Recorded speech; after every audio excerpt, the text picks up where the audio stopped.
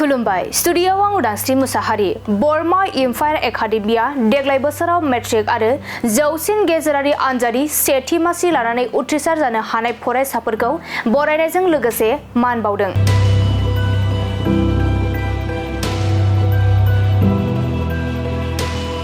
नंगौ बाक्सा जिल्लानि बर्मायाव थानाय एम्पायर एकाडेमिया देग्लाय बोसोराव मेट्रिक आनजाद आरो जौसिन गेजेरारि थाखोनि साइन्स आर्ट्स आरो कमार्सआव सेथि मासि लानानै उथ्रिसार जानो हानाय फरायसाफोरखौ बरायनायजों लोगोसे मान बावनाय हाबाफारि लायो। देग्लाय बोसोराव एम्पायर एकाडेमि बर्मानिफ्राय मेट्रिक आनजादाव सा10 आरो जौसिन गेजेरारि थाखो साइन्स आयदायाव सा47, आर्ट्स आयदायाव सा27 आरो कमार्स आयदायाव सा5 फरायसाफोरा सेथि मासि लानानै उथ्रिसार जानो हादों।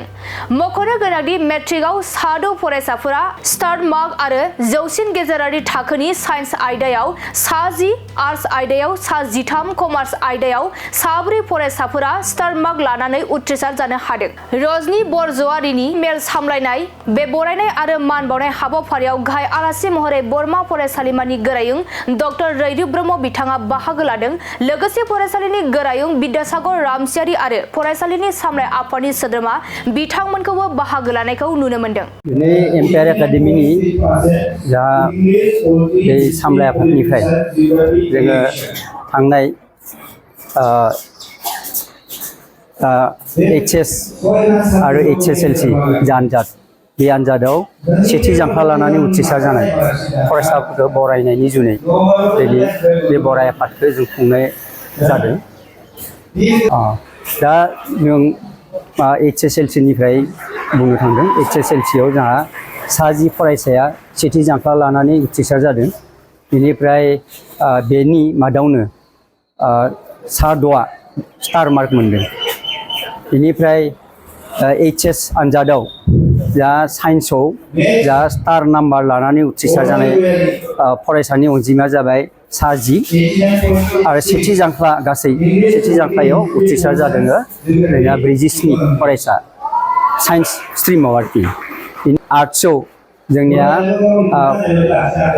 गासै सेथि जांख्ला लानानै उथ्रिसार जादों 27, बेनि मादावनो सा13आ स्टार मार्क लानानै उथ्रिसार जादों। सिगांनिख्रुइ जोङो ओरैनो 100% जों लानो हायाखै।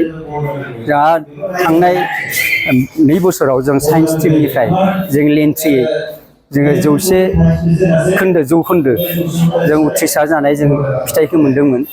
नाथाय देग्लाय जों मोनाखिसै। बेनि उनाव जा मेट्रिकआवबो बेबादिनो जोंहा थांनाय 2 बोसोराव जों लेन्ट्रियै 100 जौखोन्दो जों उथ्रिसार जानायखौ जों मोन्दोंमोन। देग्लाय जा एसे गाज्रि जाबाय आरोखि। थेवबो जा बर्ड आरो आसाम स्टेट स्कुल एडुकेसन जितु बर्ड डिभिजन 2 बेनि जा उथ्रिसारनायनि जा हार, बे हारनि गोबां सिगाङाव गोबां सायाव दङ होननानै जोङो बुंनो हायो आरोखि।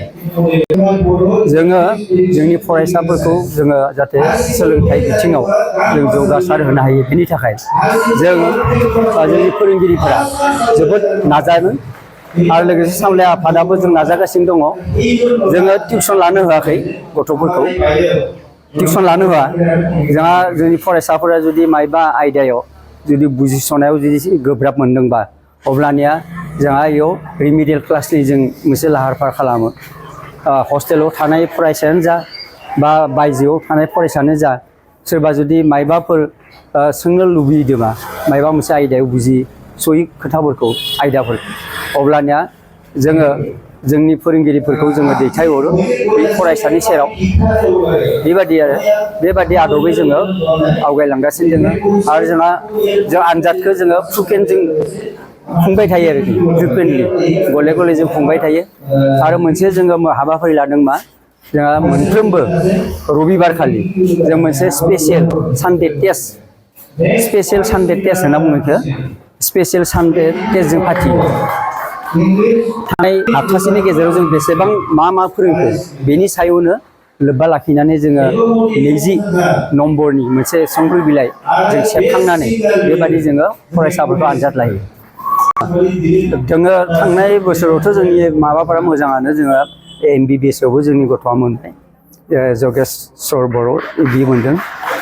आरो देग्लायबो जों आसा खालामगासिनो दङ आरो जोंना JW जोंनि गथ'फोरा बारा होआखै एन्ट्रेन्सआव नुजाथियाखै आरोखि खिन्थु निटनि थाखाय एसे लाहार खालामनायखौ जों नुगासिनो दङ जों आसा थिदों जा थांनाय जा आनजाद जालांबाय निटनि बे आनजादाव जोंनि हयथ' सासे सानै बा साथामबो जानो हायो बेबायदि जों आसा खालामदों आरोखि निट उथ्रिसार जानायखौ